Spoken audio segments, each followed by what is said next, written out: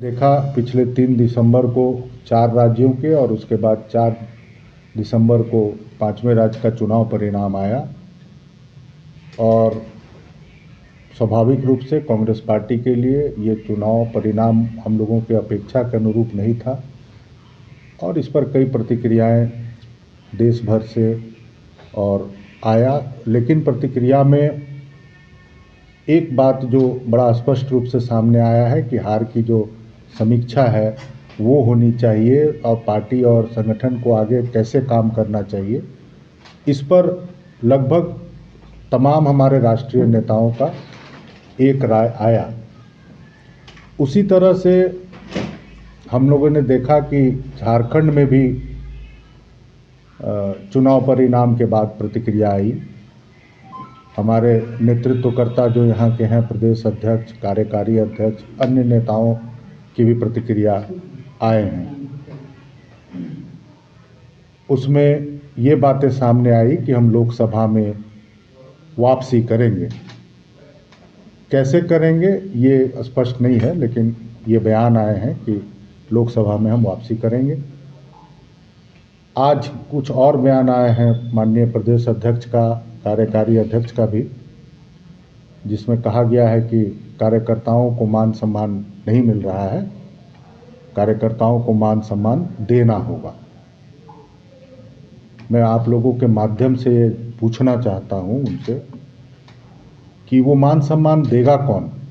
पिछले 6 वर्षों से आप पार्टी के महत्वपूर्ण पद पर हैं, कार्यकारी अध्यक्ष रहे 3 वर्षों तक, और पिछले 2.5 वर्षों से आप पार्टी के प्रदेश अध्यक्ष भी हैं। तो आपको कार्यकर्ताओं को मान सम्मान देने से, संगठन के लिए काम करने से आपको कौन रोक रहा है? आप आज सवाल करेंगे दूसरों से, तो ये एक तरह से कार्यकर्ताओं को ठगने का और भुलावा देने का, हाई कमान के आंखों में धूल झोंकने वाली बात हम मानते हैं। क्योंकि अगर कार्यकारी अध्यक्ष ये कहते हैं कि कागज में संगठन बनने से नहीं चलेगा, तो आप लोग तो डिसाइड करने वाले लोग हैं, नेतृत्व करता है। आपने कमेटी 200 लोगों की बनाई, 1 वर्ष हो गया। आपने सारे लोगों को बोर्ड और निगम में स्थान दिया, वो क्या भूमिका अदा कर रहे हैं? तो आप ही सवाल करेंगे और अपनी नाकामियों को दूसरे के ऊपर डालेंगे, तो ये कब तक चलेगा?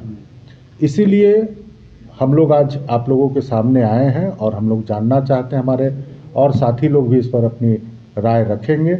लेकिन इतना ज़रूर है कि जो हमारे पहले विचार थे, वो उसी को फिर हम दोहराना चाहते हैं कि जो हमारे वर्तमान के नेतृत्वकर्ता हैं, हम लोगों ने हाईकमान के पास पहले भी अपनी बातों को रखा था और फिर दोबारा हम लोग दिसंबर के माह में जाएंगे और ये सारी स्थिति, वस्तु स्थिति से अवगत कराएंगे। क्योंकि आप लोगों ने देखा है कि पिछले वर्ष जो राज्य में इनके नेतृत्व में एक उपचुनाव लड़ा गया था, उसमें पार्टी को पराजय का सामना करना पड़ा।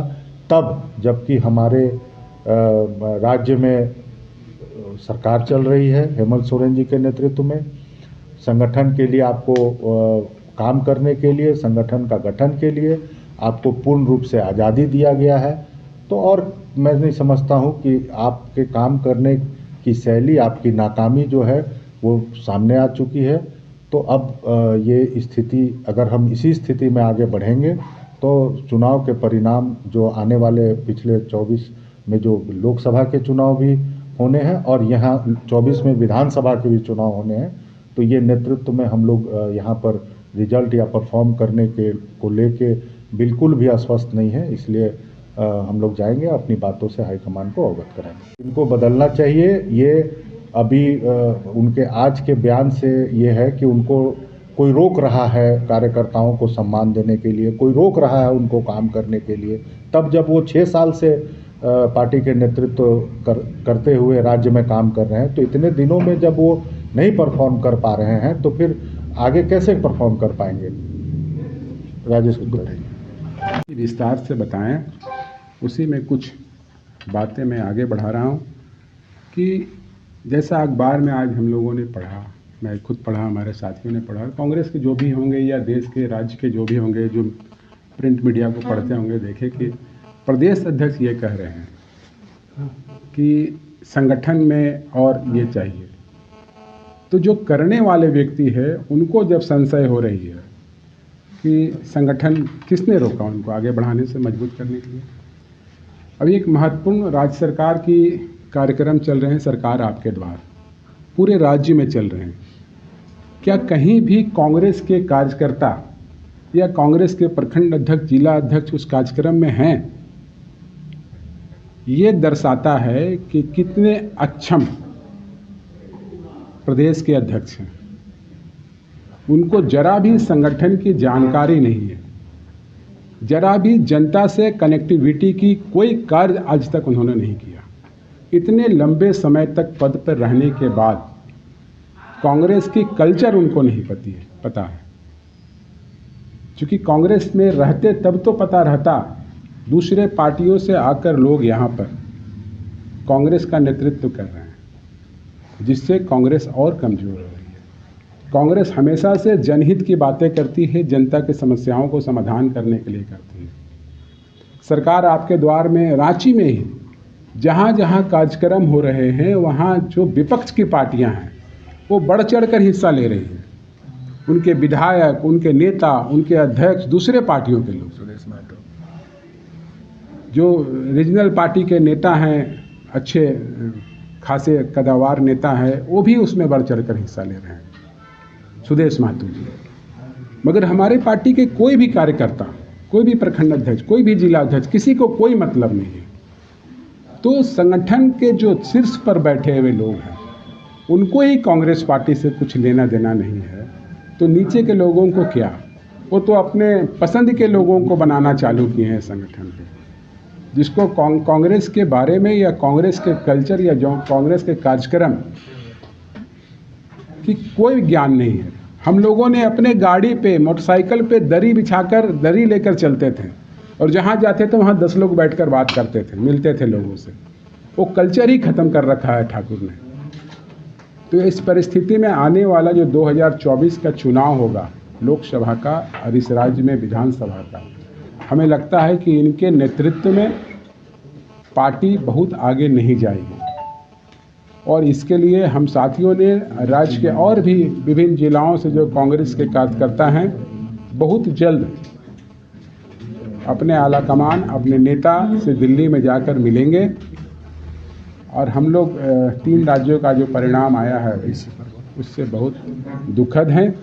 एक तरफ हमारे नेता प्रियंका गांधी जी, मल्लिकार्जुन खड़गे जी पूरे देश में ओबीसी को उनका अधिकार देने की बात करते हैं, और इस राज्य में ऐसा नेतृत्व करता है जो ओबीसी को मुराने में, हटाने में, समाप्त करने में प्रयास कर रहे हैं। मैं उसका जीता जागता उदाहरण हूँ।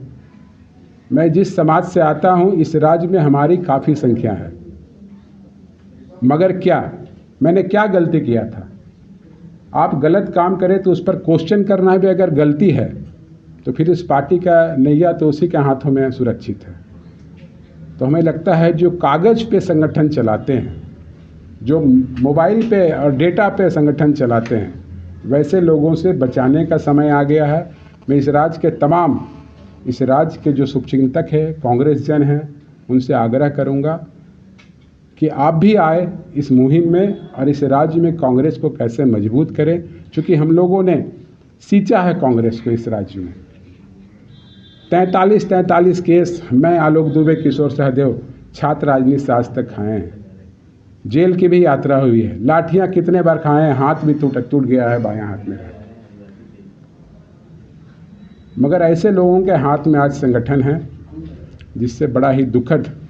और जैसा हमारे साथियों ने बताया कि विधानसभा चुनाव के परिणाम के बाद हर राज्य में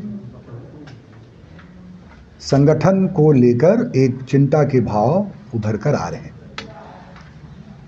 माननीय राहुल गांधी जी, प्रियंका गांधी जी, मल्लिकार्जुन खड़गे जी और सोनिया गांधी जी के तमाम प्रयासों की इंडिया गठबंधन के नेताओं ने भी सराहना की है। कि हमारे नेताओं के प्रयास में कोई कमी नहीं रही है। 5 वर्ष है ये, 5 वर्ष खत्म होने चला, 6ठा वर्ष शुरू होगा। संगठन की बागडोर राजेश ठाकुर जी के हाथों में है।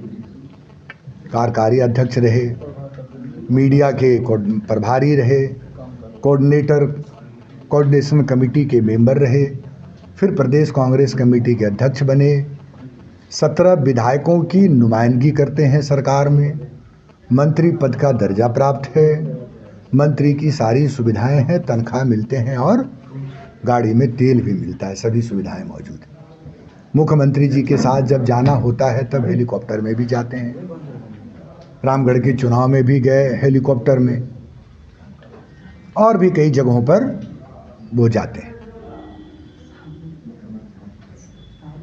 अगर आपके यहाँ का कोई संपादक ये कहे कि हमारा मुलाजिम को समय पर तनख्वाह नहीं मिल रही है, उनको भोजन नहीं मिल रहा है, तो उसकी जिम्मेदारी किसकी है? अगर प्रदेश अध्यक्ष जी ये कह रहे हैं कि 5 वर्षों में अब तक कांग्रेस के कार्यकर्ताओं को सम्मान नहीं मिला है, तो उन्हें तो चुल्लू भर पानी ले लेना चाहिए। और अगर मंत्री इनएफेक्टिव हैं, अगर मंत्री प्रभावशाली नहीं है, अगर मंत्री ठीक से काम नहीं कर रहे, तो उनके कामों की समीक्षा अब तक हो जानी चाहिए थी, और मंत्री की समीक्षा करके अखबार में बयान देने के बजाय आप कार्रवाई कर लेते, आप निर्णय करते। जिस दिन आप बने उसी दिन से आपने कहा कि मंत्री बदले जाएंगे, मंत्री के कार्यों की समीक्षा हो रही है। तो क्या ये डराने की पॉलिटिक्स थी मंत्रियों को? अगर कार्यकर्ताओं, आप पूछ लीजिए, सर्वे करा करके कांग्रेस के कार्यकर्ताओं के चेहरे पर सरकार होने की खुशी अगर नहीं है तो कौन है इसके लिए जिम्मेवार? लोकसभा के चुनाव में अगर हम जा रहे हैं तो हमारी नाकामियों का नुकसान गठबंधन के साथियों को भी उठाना पड़ेगा। हमारे जो माननीय मुख्यमंत्री जो गठबंधन के मुखिया हैं उनको भी उठाना पड़ेगा। जैसा राजेश जी और किशोर जी ने कहा, महत्वाकांक्षी योजना अफसर पोटरी ले करके जा रहे हैं गांव में, कहीं नहीं है संगठन साहब। जबकि आरजेडी का बहुत बड़ा ऑर्गेनाइजेशन झारखंड के जिलों में नहीं है, फिर भी आप देखिएगा कि आरजेडी हर जगह सक्रियता के साथ खड़ा है।